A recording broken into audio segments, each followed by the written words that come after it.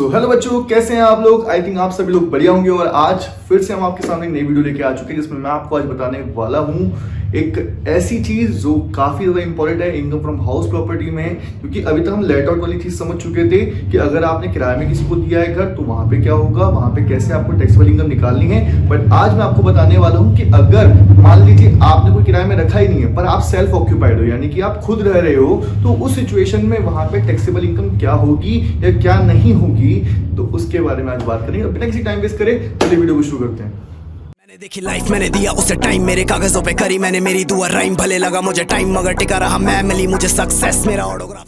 चलो ये तो हम समझ चुके हैं कि भाई सेल्फ ऑक्यूपाइड क्या होता है। अब हम बात करेंगे यहाँ पे कि सेल्फ ऑक्यूपाइड का फॉर्मेट क्या होता है। तो देखो सेल्फ ऑक्यूपाइड की अगर आप बात करें तो भाई देखो यार, जब कोई रह ही नहीं रहा है तो वहां पे कोई रेंट मिलने वाला है नहीं, तो वहां पे एनुअल वैल्यू क्या होगी, जीरो यानी कि नील हो जाएगी। सिंपल सी बात है, क्या हो जाएगी एनुअल वैल्यू, नील हो जाएगी। ठीक है, अब बात करते हैं डिडक्शन की। अरे सर क्या डिडक्शन भी मिलेगा क्या इसमें? तो बिल्कुल डिडक्शन मिलेगा। कैसे मिलेगा? अगर उन्होंने इस घर को बनाने के लिए, इस घर को बनाने के लिए, मुझे पता है मेरी थोड़ी सी ड्राइंग खराब है, अगर इस घर को बनाने के लिए उन्होंने कोई लोन लिया है तो उस पे अगर वो कोई इंटरेस्ट पे कर रहे हैं, ठीक है, तो उस पे उन्हें डिडक्शन मिलेगी।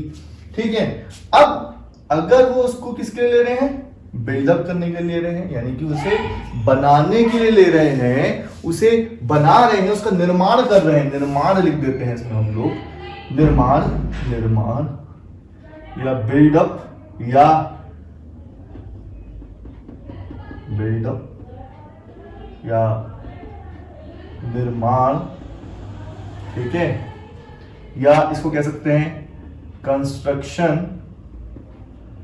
ठीक है, तो उसमें मैक्सिमम डिडक्शन कितनी मिलती है, 2 लाख की मिलती है। ठीक है, और अगर उन्होंने उससे रिकंस्ट्रक्शन या रिपेयर की बात कर रहे हैं, रिकंस्ट्रक्शन या रिपेयर की बात कर रहे हैं, तो वहां पे अगर वो अपने घर को रिपेयर करा रहे हैं तो उस समय मैक्सिमम डिडक्शन की बात हो रही है बेटा। यहां मैक्सिमम, मिनिमम डिडक्शन की बात नहीं कर रहे हैं हम, यहाँ पे मैक्सिमम डिडक्शन की बात कर रहे हैं। तो मैक्सिमम डिडक्शन कितनी मिलती है रिपेयर में, 30,000 मिलती है। ये लिमिट है बेटा, ये क्या है, ये लिमिट है। क्या है, लिमिट है। जैसे हम सबकी एक लिमिट होती है क्या कहते हैं, गुस्सा करने की, गुस्सा नहीं करने की, वैसे ही क्या है यहाँ पे भी इसकी एक लिमिट है। जो कंस्ट्रक्शन की लिमिट कितनी है, मैक्सिमम 2 लाख तक, और रिपेयर की लिमिट कितनी है, 30,000 तक। और पिछली बार मैंने अंडर सेक्शन नहीं लिखा था, तो अंडर सेक्शन क्या है, ये 24B है। ठीक है, और स्टैंडर्ड एक्शन इसमें नहीं मिल सकती क्योंकि यहाँ पे कोई भी एनुअल वैल्यू नहीं है। तो ये वाली बात आपको क्लियर हो गई होगी। आई थिंक यही चीज थी जो सेल्फ ऑक्यूपाइड में सबसे ज्यादा ध्यान देने वाली बात होती है। पर हाँ, मैंने पिछली बार नहीं बताया था कि क्या सर लेट आउट अगर आपने किसी को किराए में रखा है तो वहां पे क्या इंटरेस्ट ऑन लोन की कोई लिमिट होती है? तो सर कोई भी लिमिट यहाँ पे नहीं होती है। No limit, interest on loan की कोई भी लिमिट वहां पे नहीं है। पर वहां पे 2 केस चलते हैं। एक क्या चलता है, प्रीवियस ईयर, ठीक है, एक क्या चलता है, प्रीवियस ईयर, और दूसरा क्या चलता है, जल्दी बताओ, प्री कंस्ट्रक्शन। कौन सा चलता है, प्री कंस्ट्रक्शन चलता है। तो प्री कंस्ट्रक्शन में लगभग 1.5 तो लेते हैं, यानी कि 1/5 लेते हैं। बट ये चीज मैं आपको अगली वीडियो में समझाऊंगा। इस वीडियो में केवल हम सेल्फ ऑक्यूपाइड को ही फोकस करेंगे। ठीक छो, चलो ज्यादा तो समझ में आ गया, आई समझ में आ गया होगा। मैंने देखी लाइफ, मैंने दिया उसे टाइम, मेरे कागजों पे करी मैंने मेरी दुआ राइम। भले लगा मुझे टाइम मगर टिका रहा मैं, मिली मुझे सक्सेस मेरा ऑटोग्राफ। तो ठीक था कि फॉर्मेट हम समझ चुके हैं। अब बात करते हैं क्वेश्चन को करने की। ठीक है, तो क्वेश्चन जब हम करेंगे, प्रैक्टिकल करेंगे, तो ज्यादा समझ में आएगा। और क्वेश्चन फिर से यहीं पे आपको दिखेगा इधर साइड को, और मैं नीचे पढ़ता हूँ, आप भी पढ़िए। ठीक है, तो यहाँ पे क्या है, यहाँ पे, और जिसके पास बुक है भाई वो प्रॉब्लम नंबर 17 देख लेना। ठीक है, सही रहेगा। और क्वेश्चन क्या है, mister X has 2 houses, first whose municipal valuation is 37,500 is keeped by him for his own residence की भैया जो मिस्टर एक्स है उनके पास 2 घर है, जिसमें पहला घर जो है वो क्या है, वो सेल्फ ऑक्यूपाइड यूज करते, तो एनुअल वैल्यू क्या हो जाएगी बेटा, वहां पे 0 हो जाएगी। ठीक है, अब आगे बात करते हैं। And the second whose municipal valuation is 50,000 has been let out 5,000 rupees per month. कि भैया ये लेट आउट है, भाई दूसरा घर जो उनका वो लेट आउट है, किराए में दे रखा है, तो वहां पे हमें उसकी एनुअल वैल्यू बनानी पड़ेगी। ठीक है, अब इसके बाद नेक्स्ट बात करते हैं। लिखा है following are the expenses relating to the 2 houses. कुछ खर्चे दे रखे हैं, भाई आंख बंद करके बता दो कि तुम लोग कि भाई इसमें से कौन सा खर्चा हमें लेस करना है। भाई म्युनिसिपल टैक्स लेस करते हैं, ठीक है, वो भी पेड बाय ओनर, तो भाई पेड बाय ओनर ही होगा।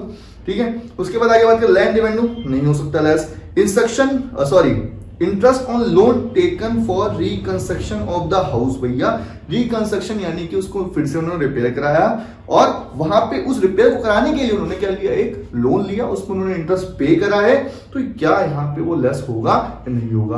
तो ये हम पहले ही सीख चुके हैं, अब मैं फिर बताऊंगा उस चीज को। फायर इंश्योरेंस प्रीमियम यहाँ पे लेस नहीं होता क्योंकि वो डिडक्शन उसमें नहीं मिलती है। अब बात करते हैं करेंगे कैसे, भाई करेंगे कैसे। तो भाई लेट आउट तुम लोगों को आता है, सेल्फ ऑक्यूपाइड में समझाता हूं। ठीक है, चलो सेल्फ ऑक्यूपाइड समझा देते हैं, तो ये इजी रहता है। तो ये एक लाइन खींच लेंगे। सबसे पहले क्या होगा भाई, एनुअल वैल्यू क्या हो जाएगी, नील हो जाएगी भैया, नील हो जाएगी। ठीक है, ये नील हो गई। अब हम बात करते हैं डिडक्शन की। किसकी बात करते हैं, डिडक्शन की बात करेंगे। चलो तो खुद ही बता दो क्या आएगा, इंटरेस्ट ऑन लोन। और यहां पे उस व्यक्ति ने फर्स्ट हाउस के लिए इंटरेस्ट ऑन लोन कितना लिया है, फर्स्ट हाउस के लिए उसने इंटरेस्ट ऑन लोन लिया है, मतलब सॉरी कितना पे किया है, 32,000। फर्स्ट हाउस के लिए उसने इंटरेस्ट ऑन लोन कितना पे किया है, 32,000। अब यहां पे बात है कि भाई सेल्फ ऑक्यूपाइड में तो लिमिट होती है, और रिपेयर के टाइम में लिमिट कितनी होती है भैया, रिपेयर के टाइम में लिमिट होती है कितनी, जल्दी बताओ, तुम ही बताओ कितनी होती है, 30,000। तो हम 32,000 यहाँ पे नहीं डिडक्ट कर सकते हैं, नहीं काट सकते हैं, तो यहाँ पे कितना आएगा मैक्सिमम लिमिट, 30,000 है। ठीक है, यहाँ पे मिनिमम लिमिट नहीं बोल रहा है, वो मैक्सिमम बोल रहा है कितना ज्यादा आप काट सकते हो। तो 32,000 तो मैं 32,000 नहीं कर सकते, लेकिन मैक्सिमम कितना कर सकते हैं, 30,000 लेस कर सकते हैं। ठीक है, अब यहाँ पे और कुछ नहीं आएगा, तो ये क्या बन जाएगा भैया, ये बन जाएगा लॉस ऑन हाउस प्रॉपर्टी, क्योंकि यहाँ पे कोई इनकम थोड़ी ना हुई है, सीधी बात है। अब हम बात करते हैं, ये हो गया हमारा सेल्फ ऑक्यूपाइड। अब हम बात करते हैं यहाँ पे लेट आउट की। एक बार देखता हूँ वीडियो चल रही मेरी, बिल्कुल वीडियो तो बिल्कुल खतरनाक चल रही है। चलो तो लेट आउट की बात करते हैं। लेट आउट में यहाँ पे देखो जेबी बनानी पड़ेगी यार, लेट आउट में यहाँ पे अपने को जेबी बनानी पड़ेगी। क्यों बनानी पड़ेगी भाई, 2 चीजें लिखी हमें यहाँ। पहली चीज क्या दी है, पहली चीज दी है भैया कि 5,000 रुपया, कि 5,000 रुपया मिलता है एज अ रेंट, तो कितना हो जाएगा भैया, 60,000 हो जाएगा, 60,000 हो जाएगा। ठीक है, फिर क्या है, म्युनिसिपल वैल्यू दी है। म्युनिसिपल वैल्यू कितनी दी है भैया घर की, 50,000 दी है। अब आप खुद ही बताओ, क्योंकि यहाँ पे स्टैंडर्ड तो नहीं दिया, तो यहाँ पे कंडीशन लगेगी नॉर्मल। इन दोनों में विच एवर इज ग्रेटर, दोनों में से बड़ा कौन सा भाई, कौन सा बड़ा, कौन सा बड़ा, ये बड़ा है, ये बड़ा है, ये बड़ा है, ये बड़ा है, ये ही बड़ा है। तो कितना आएगा बेटा यहाँ पे, कितना आएगा बेटा यहाँ पे, 60,000। अब देखो भैया, अब देखो उसके बाद क्या लेस करते हैं, जल्दी बताओ। म्युनिसिपल टैक्स, कितना टैक्स है, देखो कितना टैक्स है भाई, 10,000 रुपए टैक्स है, तो 10,000 का टैक्स लेस कर लो। इससे क्या मिलेगी हमें, एनुअल वैल्यू मिलती है। इसके बाद क्या करेंगे भाई, डिडक्शन पे आएंगे। Deduction as per under section 24, ठीक है, उसमें किस पे मिलती है, पहले स्टैंडर्ड डिडक्शन मिलती है।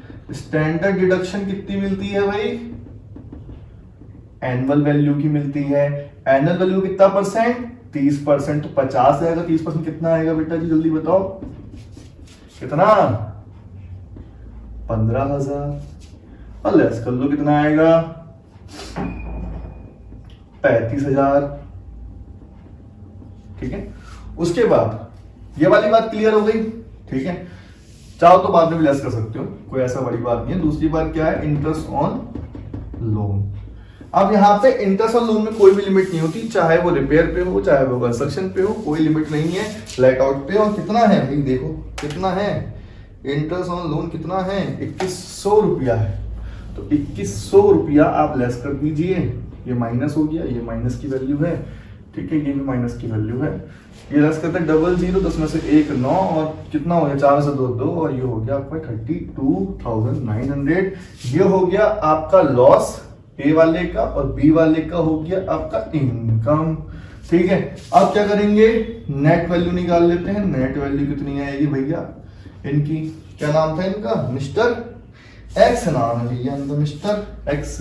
तो 32,900 प्लस के, क्योंकि भैया इनकी इनकम है, माइनस कितने का लॉस है, 30,000 का लॉस है। तो कितना इनको बचा, कितने का इनको टैक्सेबल वैल्यू इनकी इनकम की बनी है, कितनी बनी खुद ही बता दो भैया, कितनी बनी 2,900। तो 2,900 क्या है आपकी taxable income from house property है। ये लो हमने बना दिया भैया आपके लिए। तो आई थिंक आप लोगों को ये चीज क्लियर हो गई होगी, क्योंकि देखिए कोई बड़ी इसमें रॉकेट साइंस नहीं है कोई कि हम लोग तो रॉकेट लगा रहे हैं, ठीक है।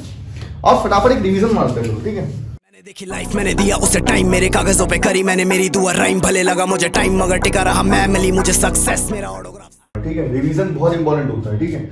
सेल्फ ऑक्यूपाइड मैंने क्या बताया था कि एनुअल वैल्यू नील होती है। डिडक्शन किसकी आती है, इंटरेस्ट ऑन लोन की आती है। अगर कंस्ट्रक्शन हो रहा है तो 2 लाख तक मैक्सिमम लिमिट, अगर क्या कहते हैं रिपेयर के लिए है तो 30,000 तक मैक्सिमम लिमिट। यहाँ 30,000 तक थी, इसे 30,000 लिया, 32,000 नहीं लिया। लेट आउट की बात करेंगे तो सेम वही कि भाई एक्चुअल एंड म्युनिसिपल वैल्यू में से दोनों में से विच ग्रेटर कौन है, 60,000। म्युनिसिपल टैक्स लेस कर लिया, क्या बनी एनुअल वैल्यू। डिडक्शन किसका, डिडक्शन कितना आएगा 30% ऑफ एनुअल वैल्यू, कितना आया 15,000। उससे लेस करा कितना है 35,000। फिर हमने इंटरेस्ट ऑन लोन लेस करा, कौन सा है ये रिकंस्ट्रक्शन का।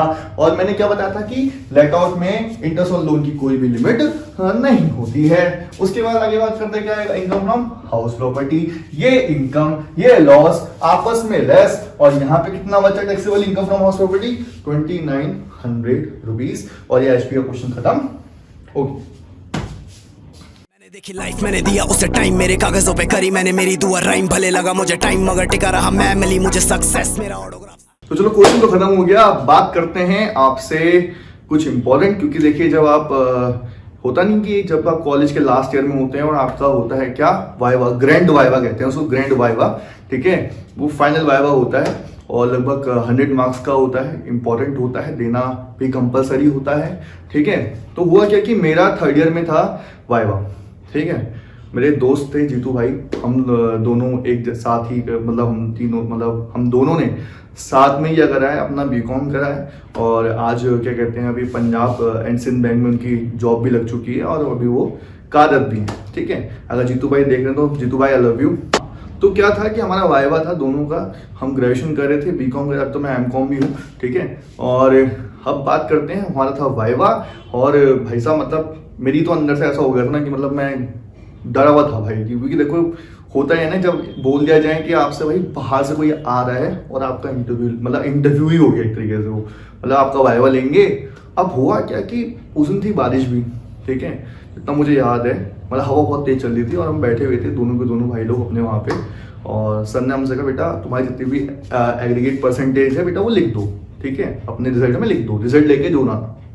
अब मेरे दिमाग में था कि भाई परसेंटेज तो मेरी अच्छी खासी है और फर्स्ट डिवीजन मेरी आ रही है, 60 से अबव भी है, तो अपन को क्या डरने का यार, वाइवा में चल देते हैं सीधे, देखा जाएगा क्या पूछ लेंगे, ऐसा था जो भी होगा देखा। पर ये अच्छी बात थी उसमें कि जो वाइवा हुआ था ना वो एग्जाम के आफ्टर एग्जाम के बाद हुआ था, यानी कि 2-3 दिन के बाद हुआ था एग्जाम के, जो सारे एग्जाम निपट गए थे उसके बाद हुआ। तो कुछ ना कुछ दिमाग में था मेरे भरे हुए कि भाई ये पूछेंगे तो बता दूंगा, ये पूछेंगे तो बता दूंगा, ठीक है। अब भाई हुआ ये कि हमने कहा भाई हमारा रोल नंबर, मैं एच, ठीक है, ये तो भाई जे, तो आपस क्या कहते हैं साथ साथ में जाना था हम लोगों को। तो इन्फॉर्मेशन आई कि भाई एक साथ 4 लोग बुला रहे हैं और बैठा रहे हैं वहां पे, ठीक है। तो हमने जीतू भाई और मैंने ये सोचा कि भाई एक साथ अगर तेरा पहले आएगा, क्योंकि मेरा ही पहले आने वाला था, ठीक है, एच, तो मैंने कहा मैं तुझे बता दूंगा और तू वहां पे देखना, ठीक है। क्योंकि होता यही जब कोई नया नया वाइवा दे के आता है या फर्स्ट सोलो नंबर वाइवा दे तो सबको खेल लेते हैं भैया बाहुबली की तरह, अरे ठीक है। तो यही चीज वहां पे थी। अब मैं गया, सॉरी मैं नहीं गया, हाँ, फिर क्या हुआ कि पहले गर्ल्स को बुला लिया, सारी गर्ल्स को, ठीक है, उनका हो गया। अब बारी आई हमारी, भाई मैं तो अंदर से ऐसा डरा हुआ ठहरा, और जो वाइवा हो रहा था वो रहा था दूसरे रूम, हम चल रही है, ठीक है। जीतू भाई का अकेले तो नहीं आया, जीतू भाई का मेरे साथ में ही आ गया, 4 लोग बुला दिए, इसमें जीतू भाई भी जे थे, तो मैं भी, हम सब चल दिए। अब सामने हो क्या रहा था, सामने थे यहाँ पे मिड में थे हमारे जो बाहर से एग्जामिनर आए थे यूनिवर्सिटी के, और इधर हमारे टीचर्स, इधर हमारे टीचर्स, ठीक है, सब बैठे। भाई लिटरली मतलब सही बताऊं, तुम कितना भी बाहर जाके कितना भी कुछ बोल लो, पर जब अंदर तुम जाओगे ना तो किसी वो होती है ना कि अंदर से क्या पूछ लेंगे यार, मतलब डर जैसा लगता है अंदर से। मैं गया, ठीक है, मुझे अभी भी याद है कि उन्होंने मुझसे, सर ने मुझसे क्वेश्चन पूछा था कि लेटर ऑफ क्रेडिट क्या है बेटा, कि लेटर ऑफ क्रेडिट क्या होता है, ठीक है, तो मैंने आंसर कर दिया वहाँ पे। और उसके बाद क्या हुआ कि इनसे पूछा, जीतू भाई से पूछा, उनसे पूछा, उनके घर वाले से पूछा, तो